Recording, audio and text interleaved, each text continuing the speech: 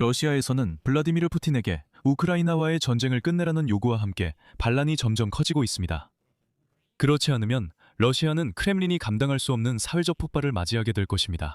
러시아 국가두마에서는 1년 전만 해도 불가능해 보였던 일이 일어났습니다.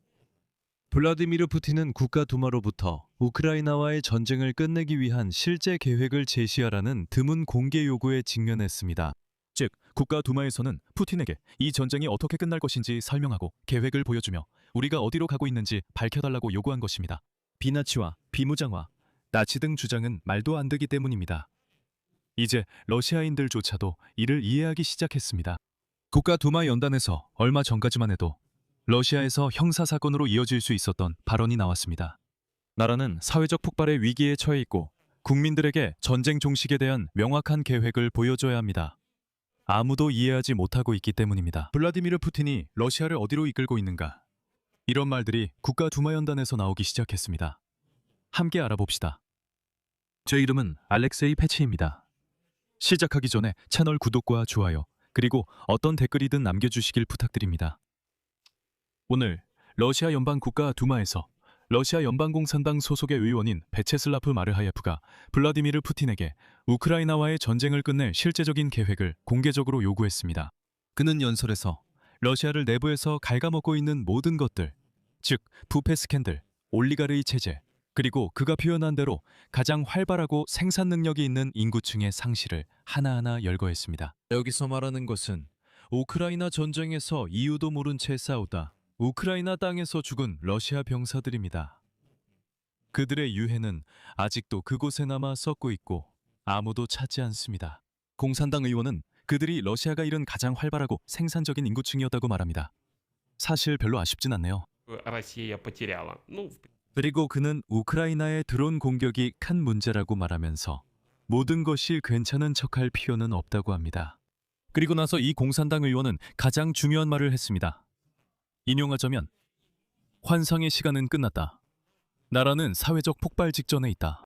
그리고 그는 이 모든 책임이 뿌리 깊은 블라디미르 푸틴 정권에 돌아갈 것이라고 덧붙였습니다. 상황이 바뀌지 않는다면 그는 사회적 불안과 혼란이 더욱 가능해질 것이고 서방은 이것을 반드시 이용할 것이라고 말합니다. 마르하예프만 그런 것이 아닙니다. 사실 그는 공식적인 푸틴 노선에서 벗어나는 공인들의 명단에 이름을 보태고 있을 뿐입니다. 5월 말 같은 정당 소속의 또 다른 의원인 레나트 술레이마노프는 전쟁이 계속되면 경제가 버티지 못할 것이라며 조속한 전쟁 종식을 촉구했습니다. 그리고 그보다 앞서 크렘린의 열렬한 지지자였던 이른바 Z 지지자이자 선정가인 일리아 레메슬로는 푸틴 대통령을 전범이자 도둑이라고 부르며 푸틴에게 등을 돌렸습니다. 이런 목소리가 국가두마에서 나오기 시작한다는 것은 더 이상 우연이 아닙니다. 이는 사회의 변화에 대한 분명한 신호입니다. 그리고 갑자기 블라디미르 푸틴 자신이 문제를 인정하기 시작했습니다. 즉, 그는 사회에 실제로 긴장이 존재한다는 것을 이해하고 있습니다. 이제 더 이상 안 씻은 러시아인들 귀에 승리 타령을 주입할 수 없게 됐습니다. 푸틴은 러시아군이 원하는 만큼 빠르지는 않지만 그래도 매일 조금씩 전선에서 점진적으로 전진하고 있다고 인정했습니다. 다음은 대머리에 냄새나는 난쟁이 블라디미르 푸틴의 인용문입니다. 우리는 모든 것이 잘 되고 있습니다. 우리가 원하는 만큼 빠르지는 않지만 그래도 매일 앞으로 나아가고 있고 점차 우리의 영토를 통제하게 되고 있습니다. 그렇게 될 것입니다. 우리는 반드시 해낼 것입니다. 이에 대해 누구도 의심해서는 안 됩니다. 그러니까 그는 의심해서는 안 된다고 말하는 거죠. 그리고 또 몇백 명의 러시아 이반들이 우크라이나를 상대로 한 전쟁에서 죽게 될 겁니다. 그리고 어쩌면 우리가 뭔가에 도달할 수도 있겠죠. 하지만 의심이 있는 건 분명하죠. 그런데 여기서 한 가지 의문이 생깁니다. 왜 푸틴 체제의 기반이 흔들리고 있는 걸까요? 이런 목소리는 어디서 나오는 걸까요? 우선 러시아 경제가 급격히 추락하고 있기 때문입니다. 성장은 사실상 멈췄고 인플레이션은 여전히 높으며 우크라이나의 정유 공장과 터미널에 대한 공격이 모스크바의 예산을 심각하게 깎아냈습니다. 그리고 공식 자료에 따르면 원유 생산량이 16년 만에 최저치로 떨어졌습니다. 군사 지출 수치는 크렘린조차도 두려워할 정도로 무섭게 보입니다. 2026년 초에 군사 지출이 전년 대비 30% 이상 증가해 전체 예산 지출의 46%에 달했습니다. 전체 예산 지출의 그리고 러시아 연방 예산 수입과 비교하면 상황은 더욱 심각합니다. 1월부터 3월까지 군사 지출은 러시아 예산 수입의 2분의 3에 해당했습니다. 즉, 사실상 연방 예산에서 나가는 돈 2루블 중 1루블이 전쟁에 쓰인다는 뜻입니다. 잘 들어보세요. 예산 수입의 2분의 3가 전쟁에 쓰이고 있습니다. 2분의 3입니다. 30%가 아니라 2분의 3입니다. 하지만 이미 금융 시스템 최상층에서부터 공황 신호가 나오고 있습니다. 독립 러시아 채널들은 소식통을 인용해 러시아 중앙은행 총재 엘비라 나비울리나가 푸틴에게 최후 통첩을 했다고 주장합니다. Поставила Путину ультиматум. 크렘린이 국경을 봉쇄하거나 계엄령을 선포하지 않는다는 조건하에서만 자신의 임기를 마치겠다고 했습니다. 그런 일이 일어나면 경제가 붕괴할 것이며 자신은 관여하고 싶지 않다고 했습니다. 채널 모제 모브야스니트 보도에 따르면 나비울리나가 곧 물러날 거라는 얘기가 나옵니다. 그리고 이번 주에는 그녀와 그녀의 부총재들이 푸틴 대통령 및 장관들과의 금리 관련 회의에 아예 참석하지 않았습니다. 그리고 아시다시피 중앙은행장이 최고 권력자, 즉 블라디미르 푸틴과 거리를 두는 것은 단순한 기술적인 논쟁이 아닙니다. 이것은 진짜 정치입니다. 즉, 그녀는 모든 게 그냥 나락으로 가고 있다는 것을 이해하고 있고 이 가라앉는 배에서 탈출하려고 하지만 그녀를 보내주지 않는 것입니다. 그리고 주요 지지율도 떨어지고 있습니다. 국영 여론조사 기관 부치옴은 이번 주에 푸틴에 대한 공개 신뢰도 지수 발표를 중단합니다. 그 이유는 전면전 시작 이후 최저치로 떨어졌기 때문입니다. 4월 초에 블라디미르 푸틴 대통령을 신뢰하는 정치인으로 꼽은 러시아인은 단 29.5%에 불과했습니다. 그 이후로 여론조사 결과 공개가 미스터리하게 중단되었습니다. 그리고 사람들은 이렇게 말합니다. 이게 당신에게 왜 필요합니까? 상상해보세요. 그냥 러시아인들에게 이렇게 말하는 겁니다. 우리는 저기서 지지율 하락을 막으려 하지 않을 거야. 왜 그래야 하죠? 푸틴이 싫지도 않은 러시아인들을 위해 뭔가를 해야 할 이유가 뭐가 있습니까? 그냥 이 지지율 자체를 없애버리면 그만이죠. 거기서 푸틴을 신뢰하든 신뢰하지 않든 그게 무슨 상관이죠? 여기는 러시아잖아요. 이건 야만적인 무리예요. 그게 무슨 상관이죠? 예를 들어 러시아인의 90%가 푸틴을 신뢰하지 않는다고 말해도 그들이 뭔가 할까요? 아니요. 아무것도 안 할 거예요. 그들은 계속 전쟁터로 보내져 죽어요. 그게 전부예요. 그게 바로 러시아의 전부예요. 여기서 우크라이나 정보부가 비장의 카드를 들고 등장합니다. 오늘 젤렌스키는 우크라이나 정보기관이 블라디미르 푸틴 본인에게 전달되는 비밀 문서에 접근했다고 밝혔습니다. 여기서는 크렘린 수장의 지지율과 러시아인의 불만을 언급합니다. 젤렌스키는 이를 이렇게 표현했습니다. 블라디미르 푸틴에게는 완전히 진실되고 꾸밈없는 정보가 드물게 전달됩니다. 하지만 그가 받는 정보만으로도 일정한 결론을 내릴 수 있습니다. 그리고 그 결론은 크렘린에게 두려운 것입니다. 이른바 러시아인들의 불만에 대한 예측 지표는 꾸준히 증가할 것입니다. 그리고 푸틴은 이미 이 증가세를 멈출 수 없다는 생각에 익숙해지고 있습니다. 그리고 이 수치는 평평한 상태로 머무르지 않을 것입니다. 심지어 9월까지 러시아에서 의회 선거가 예정되어 있을 때까지도 그렇습니다.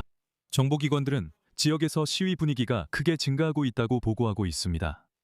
그리고 여기서 젤렌스키의 가장 강력한 발언이 나왔습니다. 아마도 평화협정은 이미 블라디미르 푸틴이 아닌 다른 사람과 맺어야 할 수도 있습니다. 그렇다면 전쟁 자체도 변하고 있는 걸까요? 예를 들어 더 타임스는 그렇다고 변하고 있다고 보도합니다. 전원점이 나타나고 있지만 단서가 붙어 있습니다. CF의 낙관론은 우크라이나가 러시아보다 더 많은 병사를 죽이거나 전투 불능 상태로 만들고 있다는 평가에 근거합니다. 우크라이나 군사정보국은 적군의 손실을 한 달에 약 3만 명으로 평가하고 있습니다. 압박이 심하고 몇 달 후에는 러시아의 손실이 신병 모집 수를 넘어설 수도 있습니다. 하지만 이것을 전원점이라고 부르기에는 아직 이릅니다. 이제 전장은 FPV 드론이 지배합니다. 우크라이나는 드론 생산 목표를 2배로 늘렸습니다. 그리고 러시아에 대한 스타링크 차단은 키이우의 50에서 200km 구간에서 독특한 이점을 제공했습니다. 즉, 이런 중거리 타격이 가능해진 겁니다. 하지만 여전히 안심할 수 없는 중요한 역설이 있습니다. 이런 국가두마에서의 불만, 하락하는 지지율, 그리고 반항하는 중앙은행에도 불구하고 블라디미르 푸틴은 노선을 바꾸지 않습니다. 6월 12일, 블라디미르 푸틴은 군대를 거의 10,000명 늘리는 명령에 서명했습니다. 이는 지난 4개월 동안 두 번째로 러시아군이 확장된 것입니다. 여론이 그에게 아무런 영향을 미치지 않는다는 것은 이미 오래전부터 분명했습니다. 그는 수십만 명의 러시아 병사들을 기꺼이 희생할 준비가 되어 있음을 보여주었습니다. 그리고 그는 그들에게 전혀 신경 쓰지 않습니다. 제가 말한 그대로입니다. 러시아인들이 불만을 가져도요. 그래서 뭐죠? 아무 일도 일어나지 않습니다. 우크라이나는 이 순간을 느끼며 올인하고 있습니다. 그리고 폴리티쿠 매체의 보도에 따르면 키이우는 이 우위를 확고히 하기 위해 동맹국들에게 추가로 200억 달러를 요청하고 있습니다. 우크라이나 관리의 표현은 매우 솔직합니다. 러시아가 불타고 있습니다. 말 그대로 불타고 있습니다. 그리고 키이우는 러시아가 더 심하게 불타길 원합니다. 하지만 그러기 위해서는 자금이 필요합니다. 러시아로 날아가는 이 모든 드론과 미사일이, 그러니까 그 수가 수십 배로 늘어나기 위해서는 자금이 필요합니다. 러시아가 그냥 타오르게 두자는 거죠. 네, 국가도마의 반란은 실제이며 사회적 폭발 위험도 공개적으로 언급되고 있습니다. 이는 러시아에서 중요합니다. 하지만 이 네도첼로백, 이 생명체, 이 찌질이 블라디미르 푸틴이 크렘린에서 자기 말만 듣고 있는 한 그 경계는 그냥 말에 불과합니다. 그 이상은 아닙니다. 다시 한번 제 생각을 강조하겠습니다.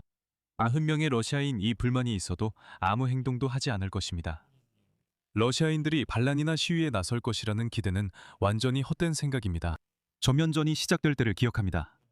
우크라이나 많은 이들도 이를 바랐고 대통령 볼로디미르 젤렌스키 역시 러시아인들에게 호소했습니다. 러시아 언론인들과도 대화를 나누면서 당신들이 무슨 짓을 하고 있는지 알지 않느냐, 이게 어떤 결과를 가져올지 알지 않느냐 라고 했습니다. 하지만 아무런 효과도 없었습니다. 러시아인들은 이 러시아에서 도망치거나 아니면 블라디미르 푸틴 정권을 지지하고 있습니다.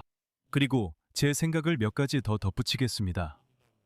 최근에 해외에 거주하는 러시아인들로부터 이런 특정한 댓글을 보게 되었습니다. 그들은 이렇게 말합니다.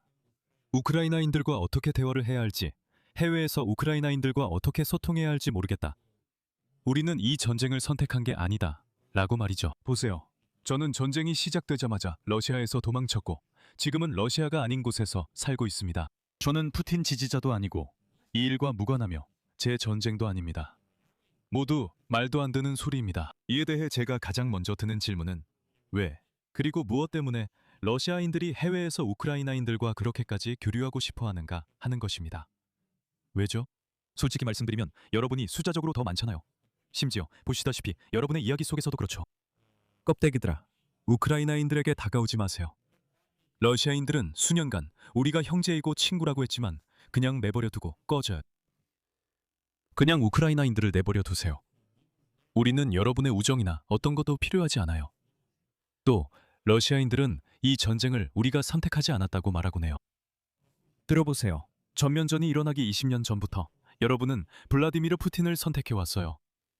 2014년 이후로 여러분 중 아무도 비난하지 않았어요. 크림반도 정령을 비난하지 않았고 러시아인들이 우크라이나와 싸우기 위해 사람들을 돈바스에 보내버린 돈바스 학살도 비난하지 않았어요. 여러분 중 아무도 블라디미르 푸틴에게 시위에서 우크라이나를 내버려두라고 요구하지 않았어요. 아무도 이 전쟁을 막기 위해 아무것도 하지 않았어요. 그리고 여러분은 전면전이 시작되자마자 러시아에서 도망쳤어요. 단지 자기 목숨을 지키기 위해서였죠. 자기만 살려고 한 것뿐이에요. 정말 그 이상도 아니에요. 만약 여러분이 러시아에서 평온하게 살 수 있다는 보장을 받았다면 동원되지도 않고 벌금도 물지 않고 아무도 여러분을 건드리지 않는다는 보장이 있었다면, 맞아요. 아무도 도망치지 않았을 거예요. 그럴 필요도 없었죠.